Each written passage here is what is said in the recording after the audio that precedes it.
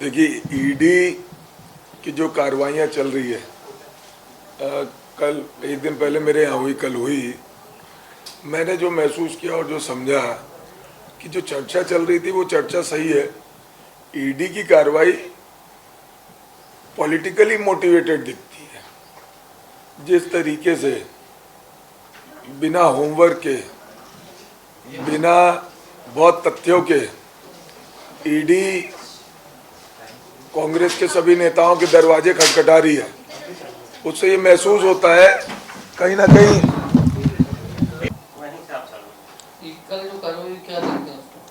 देखिए, ऐसा है कि ईडी लगातार छत्तीसगढ़ में कांग्रेस के नेताओं के यहाँ पर छापे मार रही है और जो भी ये कार्रवाइयाँ हो रही है, मैं पूरी जिम्मेदारी से ये बोल रहा हूँ, ये पॉलिटिकली मोटिवेटेड है। जिस तरीके से केंद्र की सरकार ईडी, आईटी, सीबीआई का इस्तेमाल अपने पॉलिटिकल एजेंडे को फुलफिल करने के लिए कर रही है, अपने पॉलिटिकल मोटिवेट जो उनका काम है उसको कंप्लीट करने के लिए कर रही है। इससे आज मुझे लगता है कि छत्तीसगढ़ की सारी जनता इसको जानने लग गई है। और कल जिस तरीके से हज़ारों हज़ार की संख्या में भिलाई के लोग ईडी के कार्रवाई के खिलाफ भिलाई में इकट्ठे हुए, इससे ये महसूस होता है और बीजेपी को अब चेत जाना चाहिए कि उनका ये प्रोपेगेंडा जनता के बीच में जा चुका है और जनता समझ चुकी है। और जनता छत्तीसगढ़ के अंदर हमारे मुख्यमंत्री आदरणीय भूपेश बघेल जी के साथ कंधे से कंधा मिलाकर खड़ी है और आने वाले समय में उनको मुंह तोड़ जवाब इसका जनता देगी। और जहां तक बीजेपी की इन रणनीतियों की बात है, तो मैं आपको बताना चाहता हूं, ये रणनीतियों से कुछ नहीं होगा। ये ईटी आईटी से हम लोग डरने वाले नहीं हैं, ना हम डरते हैं। ये हमने कल भी आपको समझाया और अभी भी बोल रहे हैं। हम लोकतंत्र पे विश्वास करने वाले लोग हैं, हम संविधान को मानने वाले लोग हैं। संवैधानिक संस्थाओं की कार्रवाई में हम जो कॉपरेशन कर सकते हैं हमने करके दिखाया है। लेकिन हम आपके माध्यम से भारतीय जनता पार्टी के नेताओं को ये बोलना चाहते हैं कि ये सबसे हमको फर्क नहीं पड़ेगा, हम लोग सच हैं, हम लोग सत्य हैं। तो सच ऐसे डरता नहीं है और हम नहीं डर रहे हैं आपकी इन कार्रवाइयों से। आप लगातार करवाइए, जो जो कर सकते हैं वो करवाइए, लेकिन जनता देख रही है और आपको डरना है ना तो जनता से डरिए। भारतीय जनता पार्टी के लोगों को मेरी हिदायत है। आपने ये भी कहा, देखो, दया इसलिए आती है मुझे क्योंकि अगर मैं पिछला रिकॉर्ड देखूं तो आप देखे होंगे कि जब हमारी जुडिशरी, जो हमारे लोकतंत्र की सबसे मजबूत स्तंभ है, और जुडिशरी के जो सबसे हाईएस्ट लोग हैं, वो आज़ादी के बाद पहली बार मीडिया के सामने आते हैं, सामूहिक रूप से आते हैं और कहते हैं कि हमें डर है और हम लोग आपके बीच में आए अपनी बात रखने हैं। तो समझिए कि किस तरीके का उनका वर्किंग स्टाइल होगा। कहीं ना कहीं वो उनको जो उनके मूल्य हैं उससे दूर कर रहे होंगे। वही हाल मुझे दिखता है, क्योंकि मुझे तो लगता है कि ईडी के जितने भी अधिकारी जहां पे भी रेड हुई, सारे अंतिम में मेरे घर आए। 10-12 अधिकारी थे, लेकिन मेरी उनसे बात और चर्चा से मुझे लगता है कि वो लोग भी परेशान हो चुके हैं। अब वो लोग भी परेशान हो चुके हैं और मुझे तो लगता है कि कभी ईडी का ही कोई अधिकारी आके ये ना बोल दे कि ऊपर से ऐसा ऐसा बोलते हैं उल्टा सीधा काम करने के लिए, इसलिए हम लोगों को मजबूरी में आना पड़ता है। क्योंकि देखिए, ये कोई तरीका नहीं है बिना कंटेंट, बिना डिटेल के। आप देख रहे हो अधिवेशन है 26 तारीख को, तो अधिवेशन के पहले आपने कांग्रेस के नेशनल लेवल पे कांग्रेस को के नेताओं को डराने के लिए आप ये काम कर रहे हो। ना छत्तीसगढ़ डरेगा कांग्रेस का सिपाही, ना देश का डरेगा। मैं आपके माध्यम से बोलना चाहता हूँ, ये क्या लगता है, मुख्यमंत्री भूपेश बघेल लगातार पॉपुलर हो रहा है देश में, क्या इसको दबाने के लिए इस तरह की कार्रवाई हो रही है? आपने सवाल सही पूछा। देखिए, क्या है, छत्तीसगढ़ की जनता को अगर इनको रिझाना है तो छत्तीसगढ़ के जो मूल्य उन पे काम करने की ज़रूरत है, जो 15 साल में रमन सिंह की सरकार नहीं कर पाई, मौका मिलने के बाद भी। आज भूपेश बघेल जी जन जन के नेता हैं।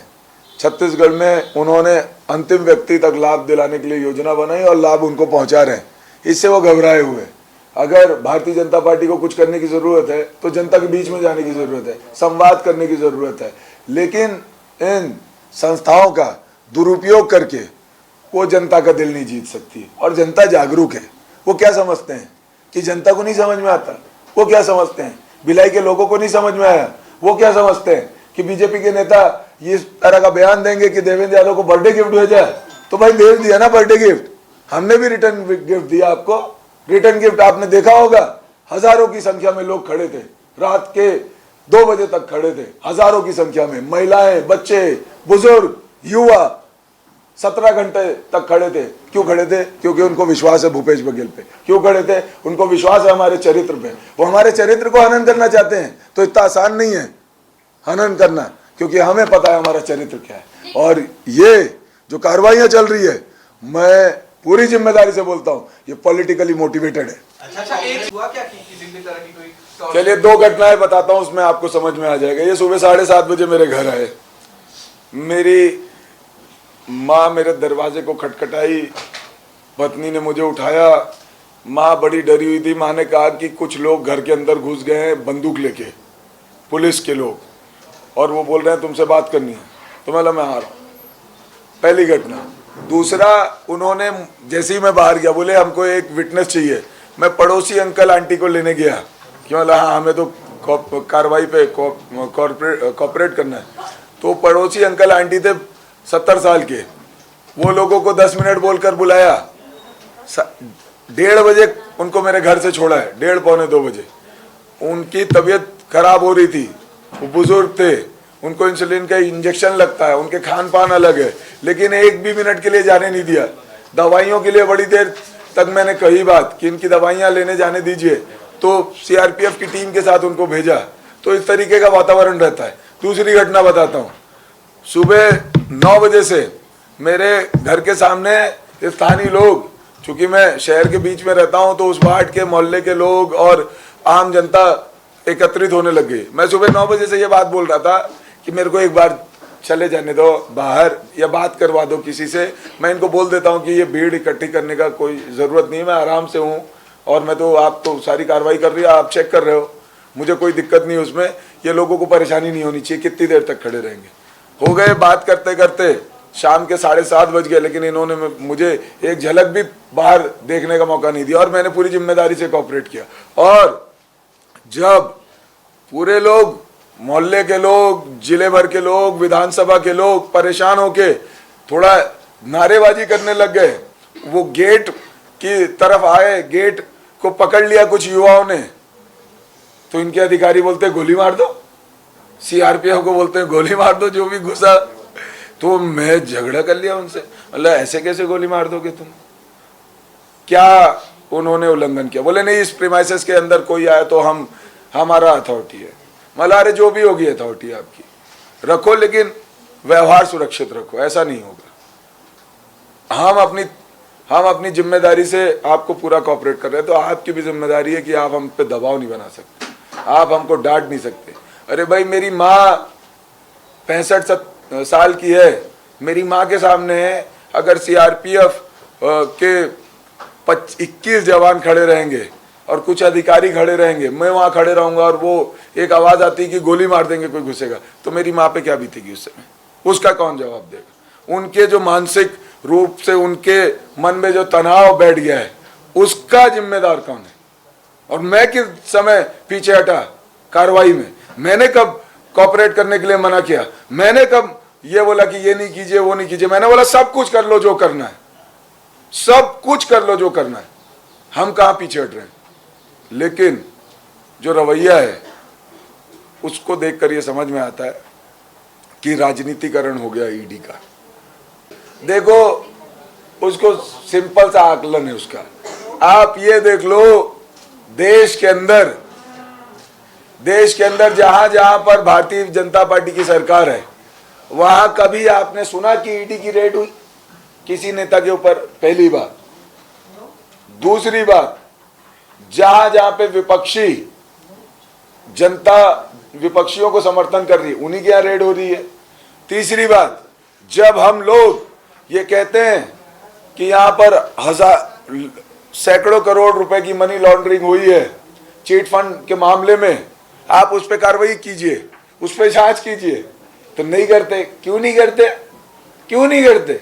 रमन सिंह के बेटे ने, रमन सिंह ने इन्हीं लोगों ने फीते काटे थे ना चीट फंड कंपनियों के, और वो चीट फंड कंपनियां हजारों लाखों परिवार के उम्मीदों को चोरी करके लेके चले गए, गलत सपने दिखा के। उस पे मनी लॉन्ड्रिंग नहीं होती, उस पे कार्रवाई नहीं होती।